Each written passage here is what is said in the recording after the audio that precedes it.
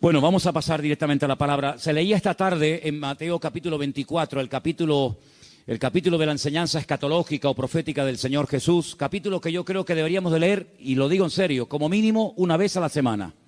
Una vez a la semana ustedes tienen que leer el capítulo 24 del Evangelio según San Mateo. Es muy parecido a Lucas 21, con algunos matices un poquito diferentes en un evangelio o en otro, pero Mateo 24 es un capítulo extraordinario. El jueves, Rosa, cuando estemos en el Monte de los Olivos, que vamos a estar en el Monte de los Olivos, esta porción la vamos a leer y te vas a dar cuenta que leerla allí y explicar allí lo que ustedes van a ver es completamente diferente a explicarlo aquí. Así que recuerda esto. Jesús sale del templo. El templo existía en su época. Hoy en día no hay templo. Hace 2000 años que se fue destruido el templo por las legiones del Imperio Romano. El sueño dorado de los judíos o de muchos de ellos es la restauración del templo, pero en los tiempos de Jesús ese templo existía. Era el centro religioso de la época, era donde estaba la presencia del Señor, donde la gente iba a adorar, donde la gente iba a cantar al Señor, a llevar sus diezmos, sus ofrendas, a alabar al Señor.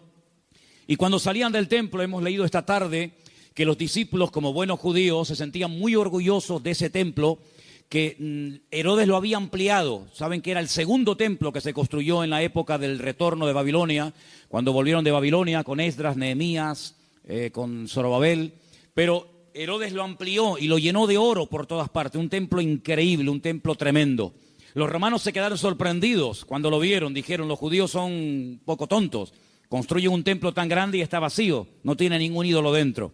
Es que Dios no es un muñeco que se pueda hacer de oro, de plata o de piedra, ¿verdad? Y cuando salían del templo, los discípulos le muestran al Señor las maravillas de ese templo, lo grande que era, lo enorme que era, lo hermoso que era. Y el Señor les da un golpe bajo. El Señor le dice, observarlo bien, mírenlo bien, porque en menos de una generación no quedará piedra sobre piedra de este templo. Efectivamente, 37 años después de lanzar esta palabra profética, 37 años después, el templo quedó totalmente destruido hasta este momento. Desde el año 70 después de Cristo hasta este momento, no hay templo en Jerusalén. Se cumplió literalmente la palabra. Pero la palabra golpeó tanto el corazón de estos discípulos que ellos salieron del templo, bajaron todo el torrente de Cedrón, lo subieron, se van al Monte de los Olivos. Y allí dice uno de los evangelios que solamente 4 de los 12 se acercan al Señor y le preguntan aparte, ¿cuándo? ¿Cómo? ¿Cómo va a ocurrir todo esto? ¿Cómo que nuestro templo va a ser destruido? ¿Qué señal habrá? ¿A qué tenemos que observar? ¿Qué tenemos que fijarnos para saber que el tiempo se acerca? Entonces el Señor les da una enseñanza tremenda. Qué importante es preguntar, hermano, de verdad, ¿eh? Si no hubieran preguntado los discípulos al Señor, ¿qué señal habrá de tu venida y del fin del siglo? Nos hubiéramos perdido toda la enseñanza de Mateo 24.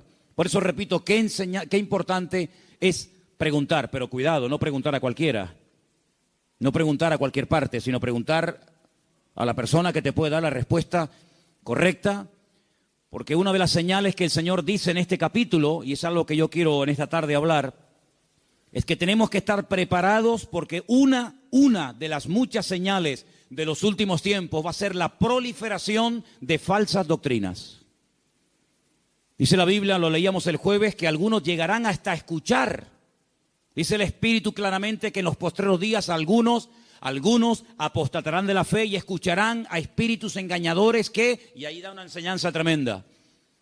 Entonces una de las señales de los últimos tiempos es que se enseñarán cosas extrañas. Por eso yo vengo ya semanas hablando y quiero volver otra vez a repetir, no porque no tenga otras cosas que decir, sino porque considero que hay que repetir las cosas que se enseñan y más cuando son de vital importancia. Y es que tenemos que orar y tenemos que estudiar la palabra para que tengamos una fe sana. Una fe sana, término que por cierto aparece en Tito capítulo 2, donde el apóstol Pablo dice, oye, tenemos que tener una sana doctrina, pero también tenemos que tener una fe sana. Cuidado, que hay gente que tiene una fe muy rara, ¿eh? Hay cristianos que cuando los oyes hablar, dice, sí, tiene fe, pero es una fe un tanto rara, un tanto extraña, una fe mística. Yo puse unos ejemplos unas semanas atrás, no sé cuántos de ustedes lo recordarán, cuando algunos discípulos dijeron al Señor, Señor, no nos quisieron recibir. No nos han dado la bienvenida. ¿Tú quieres que oremos para que caiga fuego del cielo y lo destruya? Si yo dice, alto, ¿qué estáis diciendo? ¿Estáis locos? Tenían fe, pero cuidado. La fe no es para destruir. La fe no es para hacer daño. La fe no es para orar para que caiga fuego del cielo. Dice, ustedes no saben bajo qué espíritu, bajo qué influencia espiritual están ustedes hablando. Que no. El apóstol Pablo, ¿os acordáis? Le decía a Timoteo, la fe que ahora tienes es una fe no fingida, es una fe sincera. Explicaba este término en Italia, sincera, ¿no? O sea que cuando traían los bloques de mármol, los mármol de Carrara, y comenzaban a construir los templos, las catedrales y los edificios, algunos de esos bloques de mármol venían con imperfecciones, venían con agujeritos, y claro, se veía feo. Cuando es un bloque no, pero cuando son tantos, entonces los rellenaban con cera, y parecía como que no había ningún defecto, pero cuando daba el sol con fuerza contra aquellos bloques, se derretía la cera y se veía horrible. Decían, manden bloques sin cera, manden bloques sin cera, para que después cuando salga el sol no se quede esto de una forma tan fea y de tan mal aspecto, ¿no? Entonces el apóstol Pablo decía a Timoteo, la fe que tienes no es una fe fingida, no es una fe de máscara, como dice otras versiones, es una fe que primeramente habitó en tu abuela Loida, y después la tuvo tu madre, Eunice, y ahora la tienes tú. Entonces tenemos que preguntarnos de vez en cuando, ¿en qué estamos basando nuestra fe? ¿En emociones? ¿En sentimientos? ¿En sueños? ¿En experiencias? ¿O en la palabra de Dios? Yo me quedo sorprendido, muy sorprendido, porque de toda la vida hemos sido conocidos como el pueblo del libro. El pueblo del libro. Yo me acuerdo que un sacerdote en el huerto de Getsemaní, que es un sacerdote sevillano, cuando me vio con la Biblia bajo el brazo me dice, tú eres de los evangélicos, ¿no? Porque ustedes siempre están con la Biblia en la mano. A mí me echó un piropo tremendo. Si pensaba que me iba a ofender, es todo lo contrario. Efectivamente, hemos sido conocidos y hay de nosotros que nos dejen de conocer por dejar de utilizar el libro, las Sagradas Escrituras, ¿verdad? Pero hay un desapego últimamente tremendo. Claro, se ha metido la gente en el mundo del internet y se ha metido en los cultos a distancia y se ha metido por aquí y por allá, que han entrado en las iglesias cosas pero muy, muy raras, muy extrañas. El jueves les conté algunas cosas que he visto ahora. He visto allí en Milán, donde he estado ahora mismo. Creyentes que están asustados, creyentes que si la maldición, que si... Pero vamos a ver, hermanos, pero dice la Biblia que somos más que vencedores, que mayor es el que está en nosotros que el que viene contra nosotros. Creyentes que solamente desde que yo conocí ahora un matrimonio de hermanos de Ecuador que llevaban más de 10 años en esa congregación y dice, hermano, nos ha impactado mucho cómo usted la palabra. Y le digo, bueno, es que yo predico de la palabra. Y dice, es que yo hace años que no escucho un mensaje de la palabra. Digo, bueno, ¿y usted qué escucha entonces? Pues dinero, pide, y dame. Digo, pero eso no es evangelio. Eso no es el evangelio. Yo no sé de dónde se han sacado esas enseñanzas. Hay predicadores que solamente tienen un tema monográfico, solamente saben pedir y no hablan de Cristo, no hablan del amor, no hablan del infierno, no hablan de la ira de Dios, no hablan del cielo, no hablan de la salvación. No, solamente tienen una obsesión y claro, prosperan, pero ellos, los demás no, solamente prosperan ellos. Y se autofinancian con su don y se pegan la gran vida asustando y manipulando y tergiversando la Escritura. Y esto hay que denunciarlo. Ya está bien de hacer el tonto, ya está bien de decir, bueno, es que son siervos de Dios. No son siervos de Dios. Ellos se llaman siervos de Dios, pero la mayoría de ellos utilizan el púlpito para pegarse la gran vida y lo último que hacen es predicar la palabra, cosa que deberían de haber hecho siempre toda su vida. Y una de las cosas que tenemos que tener bien claro en los últimos tiempos es que van a proliferar falsas enseñanzas y falsas doctrinas. Y los sobreénfasis, qué peligrosos son los sobreénfasis, hermano. Déjeme que me explique. Tenemos que predicar todo el consejo de Dios. ¿Cuántos dicen amén? Toda la palabra de Dios. No podemos estar todos los días comiendo espagueti por la mañana, espagueti por la noche, Pero hermano, está bien, a mí me gusta la pasta, pero de 365 días comiendo lo mismo, pues cuánta gente, hermanos, solamente saben un tema y lo sacan de ese tema y no saben nada. Que si el dinero, que si las profecías. ¿Sabe cuánta gente, hermano, van a las congregaciones para que alguien ore por usted y le den una palabra y le den una profecía? Mire, me leí hace unos días la biografía de la señora White. Madre mía, pero es un disparate. Una señora que dice que llegó a tener 2000 visiones y sueños proféticos. 2000. Y cuando murió, dejó más de 70 libros. Los disparates que esa señora enseñó. Claro, le dan un sobreénfasis ¿a qué? Al día de reposo. Sí, pero es que espérate un momento, es que la Biblia no solamente el día de reposo. Hay otras muchas cosas. Si te crees que porque guardas esto y no cumples con todo lo demás, te vas a salvar, te equivocas, amigo. Es como las iglesias que están todo el día hablan lengua, y venga a hablar en lengua, y venga profecía, y venga a hablar en lengua. Pero hijo, vamos a ver. El apóstol Pablo decía, y si alguien entra en una iglesia y ve a todo el mundo hablando en lengua, ¿qué van a decir? A ver, dígalo usted. ¿Usted qué diría? ¿Que están locos?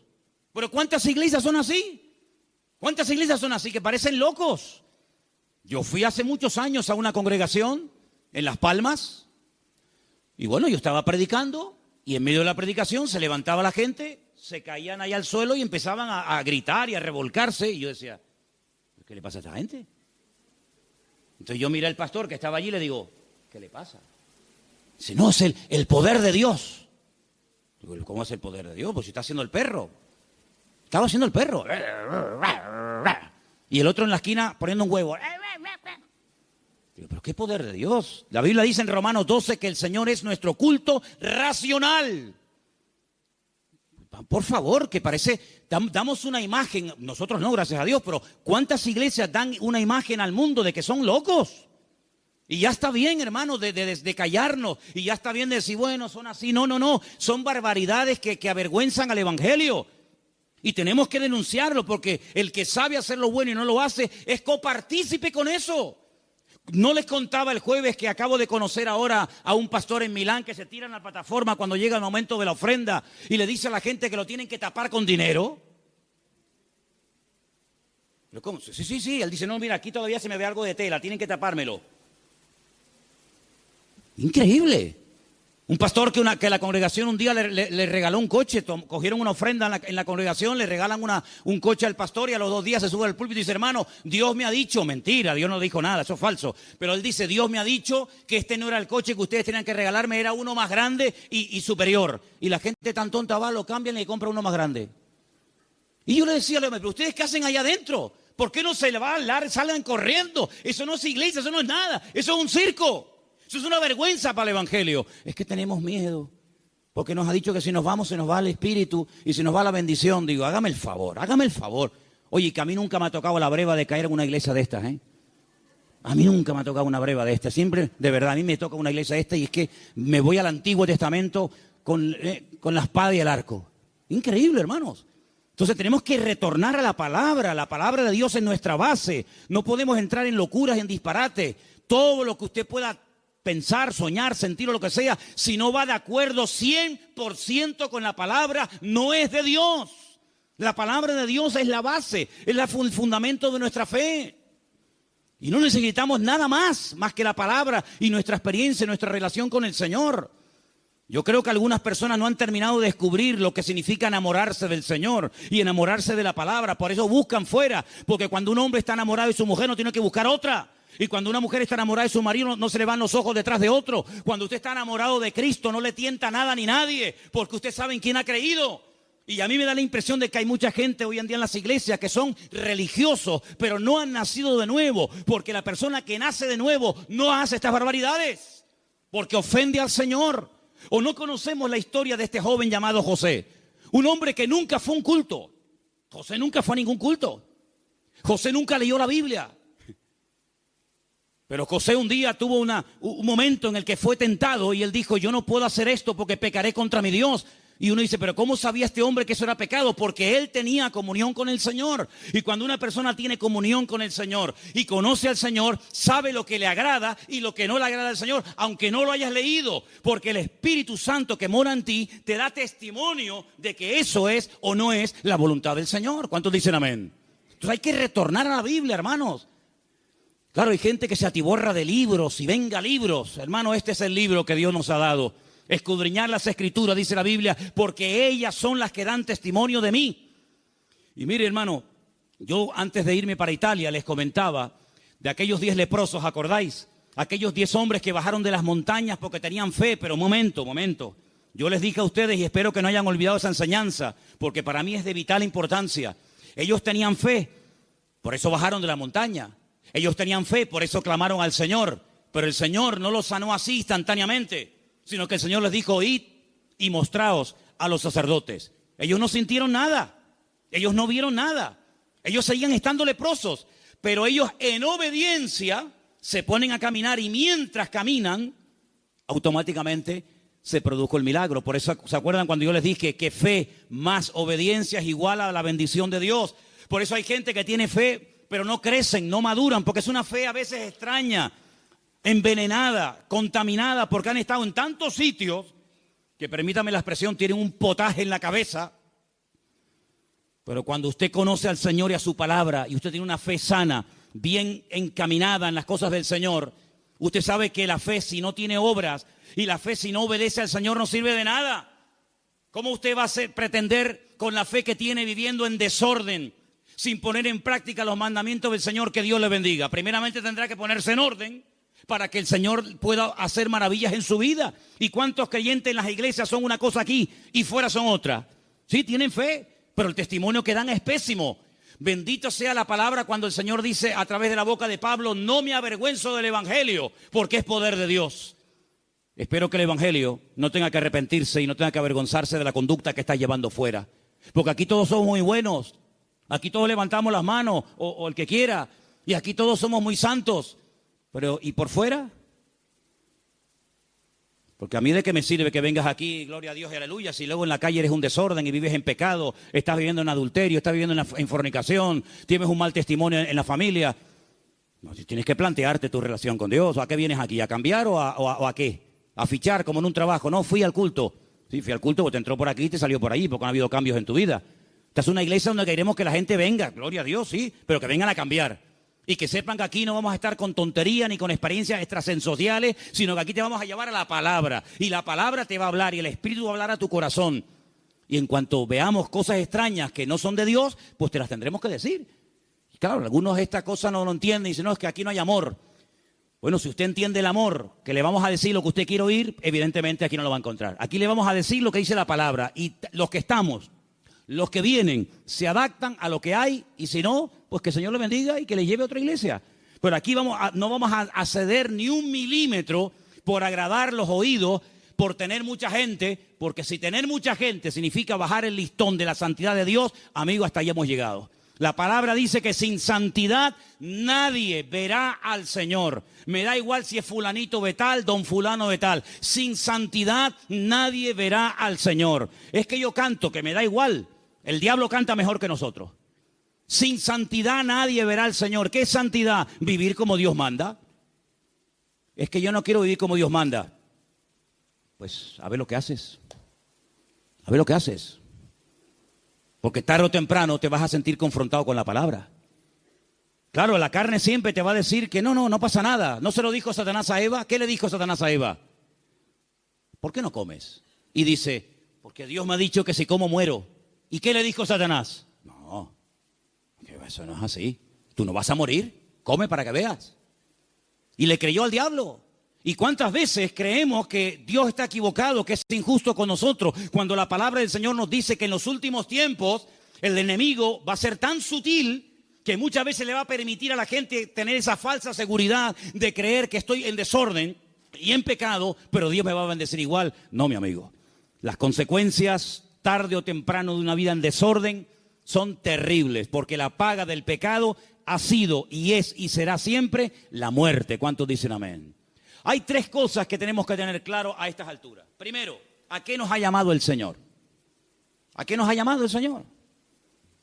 ¿Tú sabes la tranquilidad que tú tienes en tu corazón cuando tú sabes a lo que te ha llamado y a lo que no te ha llamado el Señor?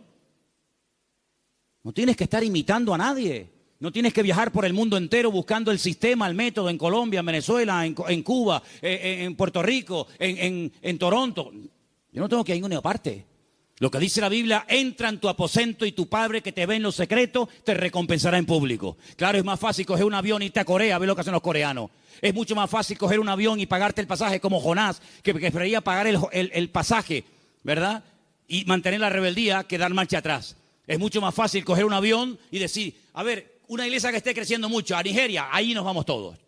Ahora a Pensacola, ahora a Toronto, ahora Hermanos, a donde tenemos que ir, dice el Señor, venid a mí, los trabajados y cargados, que yo os haré descansar. ¿Cuántos dicen amén?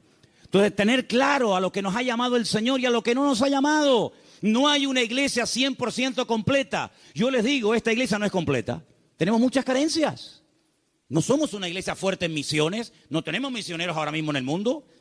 Tenemos un montón de carencias. Pero creemos que hay un área en la que el Señor nos puede utilizar. Pero hermanos, hay congregaciones que pretenden hacerlo todo. Lo entienden todo, lo saben todo. Y la Biblia nos enseña que somos un cuerpo y que nos necesitamos los unos de los otros. Y capaz que lo que el Señor nos ha dado, tal vez no lo tenga el hermano de la esquina, pero el hermano de la esquina seguro que Dios le ha dotado con algo que nos hace falta a nosotros. Y así nos complementamos y trabajamos en el mismo sentir, en un cuerpo en el Señor. ¿Cuántos dicen amén? Nuestra identidad, ay hermano, la identidad. Esto es algo que trae de cabeza a miles de personas. Porque la gente tiene que tener una identidad. Y si no la encuentran en la casa, la va a encontrar en el fútbol. Y si no, en cualquier otro lado. Nuestra identidad, ¿de dónde viene nuestra identidad? Nuestra identidad viene de Cristo. Nuestra identidad viene del Señor. Yo no tengo que ponerme ahora todo el cuerpo lleno de tatuajes para sentirme, digamos, querido y respetado por un cierto sector de la sociedad. No. ¿Sabes qué? Yo he sido aceptado por Cristo tal y como soy, con mis defectos, con mis virtudes y con mis debilidades. ¿Cuántos dicen amén?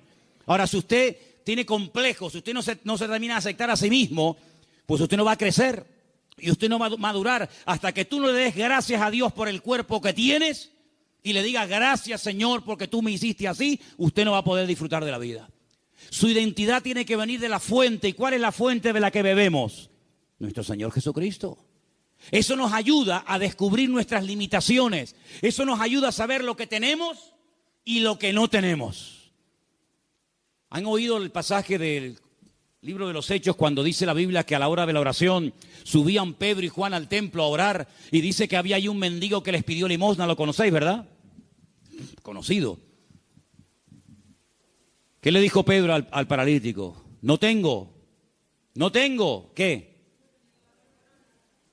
Fíjate tú, un hombre que con la sombra sanaba a los enfermos. Un hombre que oró por muertos y los resucitó. Un hombre que caminó por encima de las aguas. Un hombre que un día fue a pescar, le abrió la boca al pez y sacó una moneda dentro. ¿Te imaginas que nos pase eso a nosotros? Un hombre que vio milagros del Señor y dice, no tengo ni plata ni oro. ¿Tú te imaginas que ese hombre fuera un predicador hoy en día? ¿Sería multimillonario? Si muchos son unos mequetrefes que no saben ni hablar en público y viven a cuerpo de rey, tú imagínate un predicador hoy en día que tuviera el currículum que tenía Pedro. Sería algo increíble. Pedro dijo, no tengo ni plata ni oro, pero tengo algo que ni con todo el oro del mundo puedes comprar. Y le dijo al hombre con toda la autoridad, porque sabía lo que tenía. Porque cuando uno sabe lo que tiene, se mueve con autoridad. Y cuando no sabes que tienes eso, pues mejor estate quieto. En el nombre de Jesucristo, levántate y camina. Y el Señor hizo un milagro tremendo. Entonces las iglesias, los creyentes hoy en día, tenemos que saber a lo que Dios nos ha llamado. Tenemos que saber lo que tenemos y lo que no tenemos. Y darle gracias al Señor, porque Dios con nosotros ha sido tremendamente fiel. Y a unos le da 30, a otros le da 60, a otros le da 100. Y cada uno tiene que saber moverse en el área donde Dios lo ha puesto. ¿Cuántos dicen amén? Pero no escondas, como decía Pierre hace un rato, no escondas el talento bajo tierra. Porque hay gente que a lo mejor tiene un talento, pero no lo usan. Y yo conozco muchos creyentes que no están usando lo que Dios les ha dado. No lo están usando. Están más preocupados en conseguir un buen trabajo que en servir a Dios. Están más preocupados en pagar lo que deben que decir, Señor, yo todavía no sé el don que tengo. Si yo me pusiera a preguntarle a muchos creyentes hoy en día, ¿cuál es el don que Dios le dio a usted? ¿Cuál es el don que Dios le dio a usted? Muchos dirían, no lo sé. Y llevan toda la vida en la iglesia.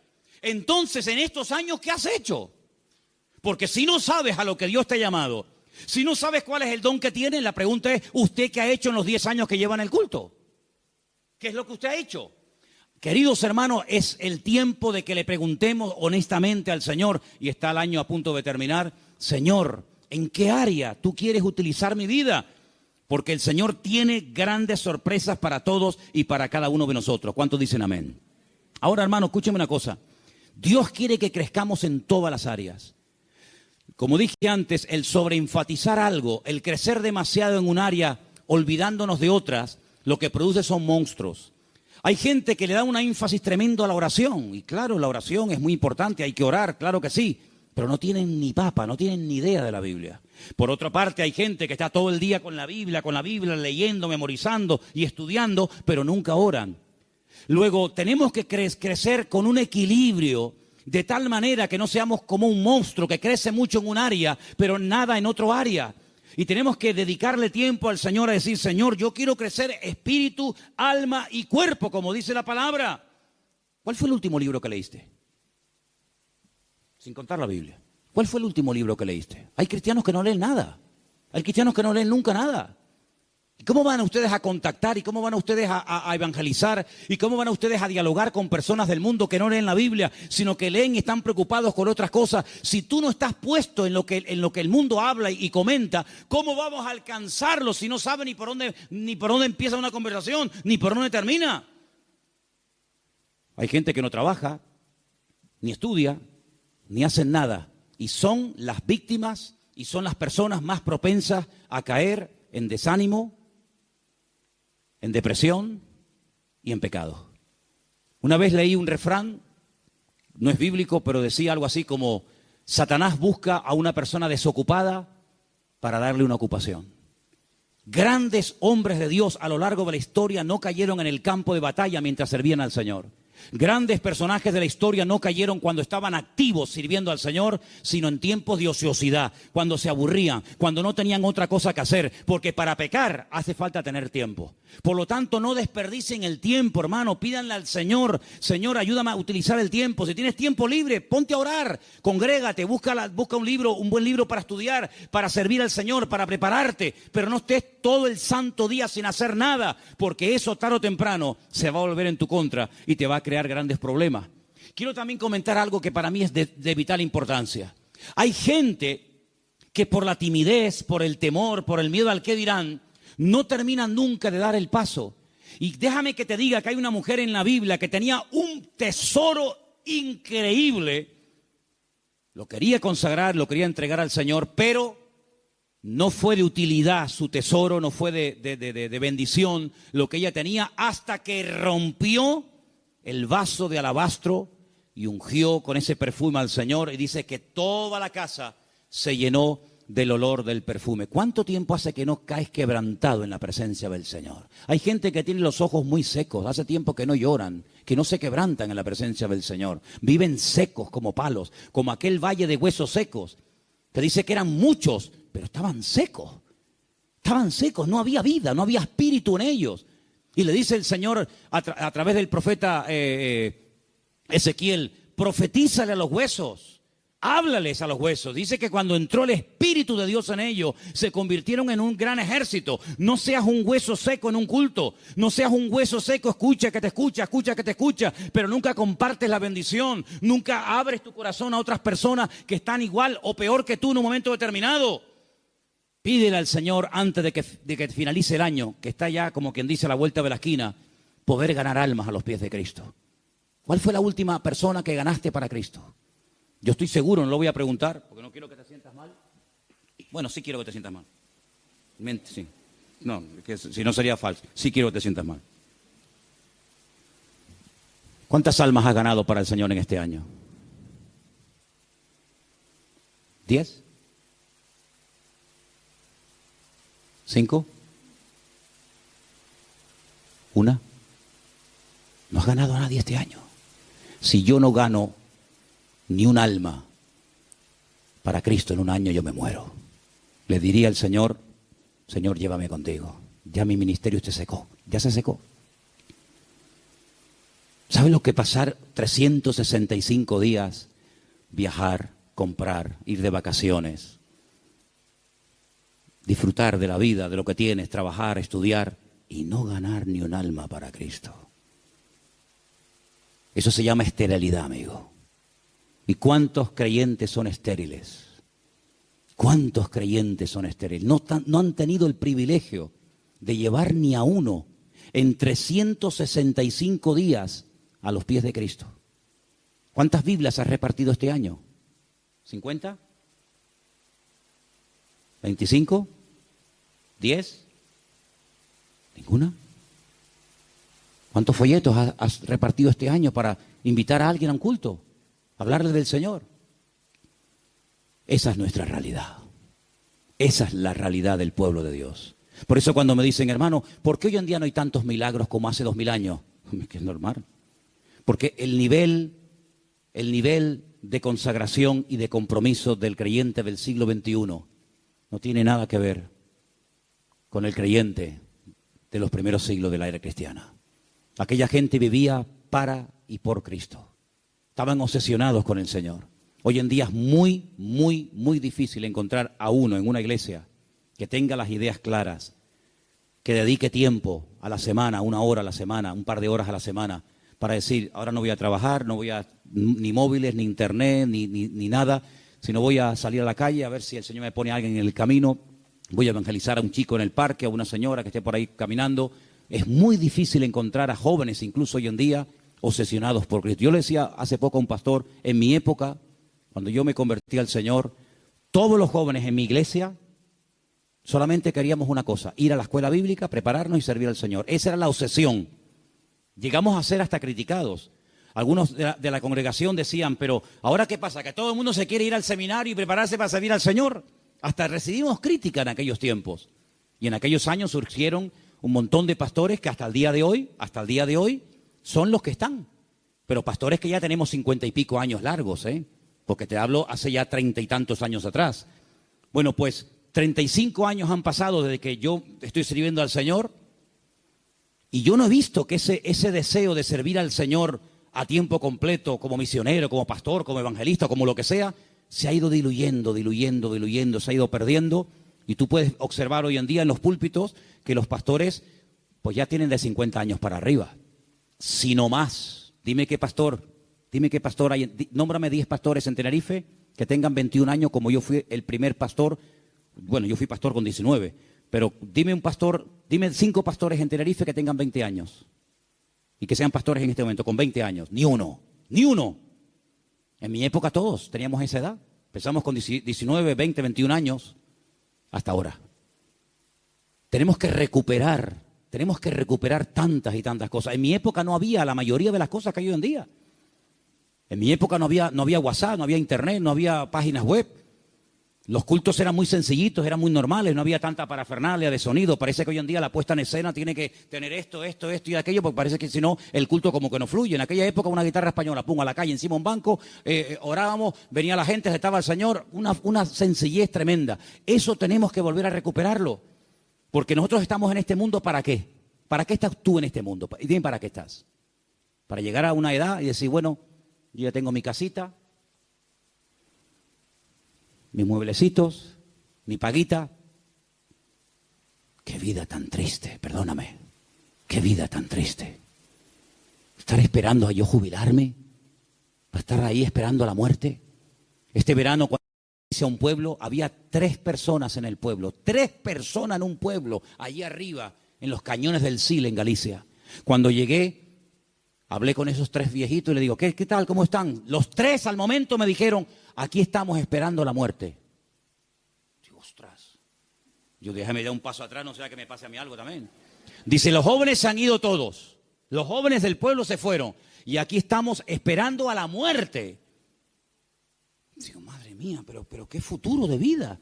Que le puede venir dentro de 6 meses, dentro de un año, dentro de yo qué sé cuánto. ¿Y tú qué estás esperando? Si tú pudieras hoy tocar un botón y apretando ese botón consiguieras lo que tú tanto quieres tener en la vida, ¿qué sería lo que tú más anhelas tener? ¿Pasa ese botón por agradar y honrar al Señor? Yo quiero que en esta noche nos hagamos estas preguntas, hermanos. ¿Qué estamos haciendo con nuestras vidas? ¿Qué estamos haciendo con nuestra vida? ¿Sabes? Hace unos días pensaba lo mismo que llevo años pensando. Se nos ha ido otra vez el año. Hoy es 20, ¿no? 20 de noviembre. Pero sí que parece que el otro día estábamos en el retiro con el pastor Antonio en el Puerto de la Cruz. Y yo me acuerdo que el otro día tuvimos el retiro donde hablábamos de Amalek. ¿Se acuerdan? Pues, ¿cómo puedes pasar tanto tiempo? Y el campamento de jóvenes ya pasó. Y las vacaciones de verano se fueron. Otro invierno más. Y ahora, este mes, así, volando, llega diciembre y otro año más. Hermanos, algo tiene que cambiar en nuestras vidas. Te tienes que replantear tu tiempo, tu vida, tu juventud, tu matrimonio, tu familia de una forma diferente. Tú no puedes ser un parásito en una iglesia. Tú no puedes ser una persona ahí sentada 1 año, 2 años, 4 años, 5 años, 10 años, 30 años. Uy, se murió el hermano. Señor, toma, te lo mandamos, otro para arriba. No, hermano. Sea una oveja productiva. Involúcrese en las cosas del Señor. Tenga ilusión por las cosas del Señor. Y yo creo que si nosotros verdaderamente buscamos al Señor de todo corazón, hay tantas cosas que podemos hacer todavía para el Señor. Yo, hermano, yo tengo más ganas de servir al Señor que nunca. Pero yo no quiero que esta iglesia sea un freno para mi vida. Yo no quiero que esta iglesia se convierta en un tapón para mí. Yo tengo mucho más visión que estar aquí. Y yo estoy plenamente convencido de que el mundo, no Tenerife, el mundo nos está esperando. Y el Señor tiene gente aquí que puede utilizar de una forma tremenda. Pero somos nosotros los que tenemos que decir, Señor, cuenta conmigo. Porque quiero terminar diciendo algo. La noche que el Señor Jesucristo sabía que iba a ser entregado, dijo algo tremendo. Dijo, Padre, pasa de mí esta copa. Mas no se haga mi voluntad, sino la tuya. ¿Y saben cuál era la voluntad del Padre en ese momento? Que lo mataran.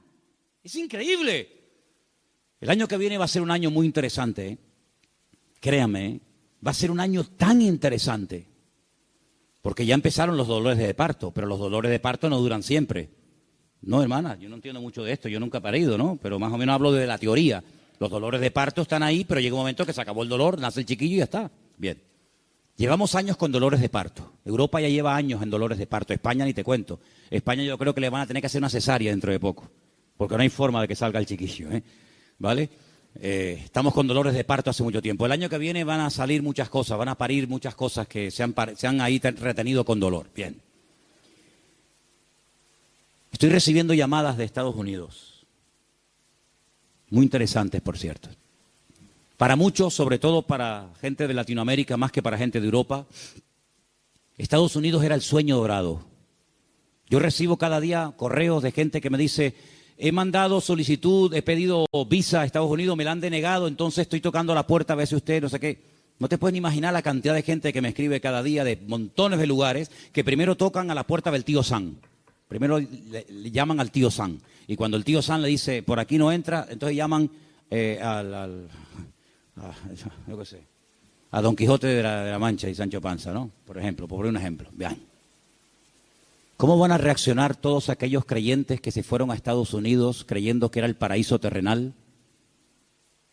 Cuando el señor Trump les diga, usted, y usted, y usted, fuera de aquí. Ay, amigo. A mí se me han abierto muchísimas puertas en Estados Unidos. Me he negado rotundamente a ir. Porque mi confianza y mi refugio no está en América, mi refugio está en Dios. Ahí está mi confianza. Y el libro de Proverbios dice, más vale bocado seco y en paz. ¿Eso qué? Un cacho de pan, pero con la bendición de Dios. ¿Se puede tener un trozo de pan con la bendición de Dios? Sí, claro. ¿Y se puede tener abundancia sin la bendición de Dios? Tan claro, por supuesto. ¿Qué te crees? ¿Que toda abundancia viene del cielo? Ay, amigo. ¿La bendición que es solamente tener o la bendición pasa por ser? Cuidado con eso. ¿Cómo van a reaccionar tantos y tantos que se fueron a América creyendo que aquello era el paraíso terrenal, que ya por fin el sueño dorado se había cumplido y que ahora le digan, vuélvanse a su tierra? Ay, amigo. Ha llegado el momento, hermanos, si no lo veis, lo vais a terminar viendo y entendiendo. Ha llegado el momento que todos los creyentes del mundo, en el único en el que nos vamos a poder refugiar, como siempre ha tenido que ser así, pero parece que se ha olvidado, es en el Señor nuestro Dios. Él es nuestro pronto auxilio en las tribulaciones. Me llaman hermanos de Estados Unidos, ya han empezado las pintadas en iglesias evangélicas de hispanos diciéndole, váyanse a su tierra. No te puedes ni imaginar cuántas. Claro, eso no sale en las televisiones. Incluso persiguiendo ya a algunos judíos. Fíjate tú, el país del mundo donde más judíos hay, más que en Israel, es en Estados Unidos. Y ya muchas sinagogas están vendiendo en Nueva York, en New Jersey, en muchos lugares, porque ya están metiéndose con los mismos judíos. Pero es que todo eso está profetizado, hermanos. Todo eso está escrito. Que cada uno tendrá que volver a su lugar de origen. Y allí el Señor va a entrar en juicio con cada uno de nosotros. Así que el único escondedero, el único refugio va a estar en nuestro Dios. Nuestro refugio es el Señor Dios Todopoderoso. no es un país, no es una nación. Mire, si usted consigue aquí el mejor trabajo del mundo y gana miles de euros, pero usted no tiene la bendición de Dios sobre su vida, lo que usted tiene se va a volver en su contra. Porque he conocido a muchas personas que lo que buscan es una salida económica, un bienestar material, pero usted lo que tiene que buscar es la voluntad de Dios. Porque teniendo la voluntad del Señor, estemos donde estemos, el Señor está a nuestro lado. Ahora, si usted cree que el Dios de Estados Unidos es más grande que el de Garcilaso de la Vega, coja el pasaje y váyase mañana sin falta. Pero el Dios de allá es el Dios de acá y es el Dios en todas partes. Y Él es galardonador de los que le buscan. Nuestra confianza no está en los países, no está en los gobiernos. Nuestra confianza está única y exclusivamente en nuestro Dios. En el Dios que nunca nos ha fallado, el Dios que ha dicho estaré contigo todos los días hasta el fin del mundo, y el Dios que nos va a enseñar a vivir por fe. Nos va a enseñar a vivir por fe. Ya nos está enseñando hace años el Señor, por lo menos a nosotros, a vivir y depender solamente por fe del Señor. Porque yo creo que esa es la vida que el Señor tiene diseñada para todos y para cada uno de nosotros. Ahora, si usted quiere ser un señorito en el reino de Dios, inviertan más tiempo en la oración, inviertan más tiempo estudiando la palabra. Hay algunos de ustedes que no tienen tiempo ni para orar. Algunos me han dicho en alguna ocasión, ay, es que yo voy a la cama tan rendido que hago, Señor, bendito sea tu nombre. Amén. No, duermen en paz, la verdad es que duermen en paz, pero hermano querido, busque a Dios, busque a Dios. Hay mucho camino por recorrer, muchas cosas por hacer. Usted no puede dedicar más tiempo a lo material que a lo espiritual. Por favor, estamos invirtiendo el orden. Si usted dedica más tiempo a lo material que a lo espiritual, aquí está fallando algo. Yo creo que el Señor nos está llevando a un punto y el año que viene va a ser un año muy, muy importante en la historia de la iglesia, en todas partes del mundo, y el Señor nos está llevando a un compromiso, a una entrega, a una seriedad. Muchos no aguantarán la prueba, yo también se lo digo de paso, hay algunos que están aquí que el año que viene no podrán estar más. Porque no aguantarán la prueba, porque la Biblia nos enseña que los últimos tiempos van a ser tiempos peligrosos, tiempos difíciles. Pero si usted aguanta y se agarra al Señor, el Señor le va a bendecir. Y usted va a ver la gloria del Señor en su vida. Pero no busque salidas fáciles. Busque al Señor y lo que el Señor le diga, ni más ni menos, es lo que usted tiene que hacer. ¿Cuántos dicen amén? Vamos a orar, hermanos, por favor. Cierre sus ojos ahí donde está.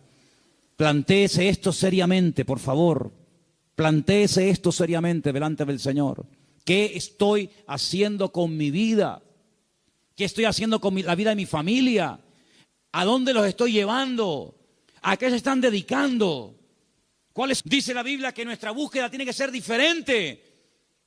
Que el Señor nos indica que tenemos que buscar primeramente el reino de Dios y su justicia. Y muchas de las cosas que vendrán por añadidura, dice la Biblia. Créame, vendrán. Claro, hay gente que nunca ha visto que le vienen por la añadidura porque no buscas el reino de Dios. Entonces, como no buscas, tienes que buscar tú la añadidura. Pero ha llegado el momento en el que el Señor nos está mostrando que tenemos que doblar la guardia, que vienen tiempos difíciles. Hermanos, les digo algo, se lo dije el jueves con todo respeto. Dele gracias a Dios por la enseñanza que usted ha recibido en estos años, porque hay tantas barbaridades, tantas locuras que se están enseñando desde los púlpitos llamadas iglesias evangélicas, que uno se cae de espalda, hermano. Uno siente hasta vergüenza ajena de las falsas doctrinas, de matrimonios destruidos, de pastores que, bueno, hermano, de verdad, mire, esto daría horas. Vamos a pedirle al Señor, Señor, danos ese amor por ti, por tu palabra. Volvamos al libro, volvamos a las Sagradas Escrituras. Señor, en esta noche queremos pedirte que tú nos ayudes a esforzarnos más por tu reino, a no estar tan afanados, tan estresados, tan preocupados por lo material, Señor. Señor, tú nos has enseñado un modelo de vida diferente. Tú nos has enseñado a depender de ti. Tú nos has enseñado, Señor, a creer en tus promesas, en tu bendita palabra. Y yo te pido, Señor, en el nombre bendito de Jesús, que nos ayudes a aprender las cosas de buena manera, a ser adoradores en espíritu y en verdad, a ser estudiantes serios de tu palabra, Dios mío, que no nos atraigan las cosas de este mundo. Señor, que podamos marcar una diferencia en este mundo enfermo que te ha dado la espalda hace tanto, tanto tiempo, Señor. Levanta jóvenes de esta iglesia con pasión, con fuego, por las almas perdidas, Señor, verdaderamente a familias enteras que decidan servirte, familias enteras, que la prioridad en su vida sea buscarte a ti por encima de todas las demás cosas. Quita de nosotros el afán, Señor, el miedo al futuro, el miedo a lo que va a pasar, Señor.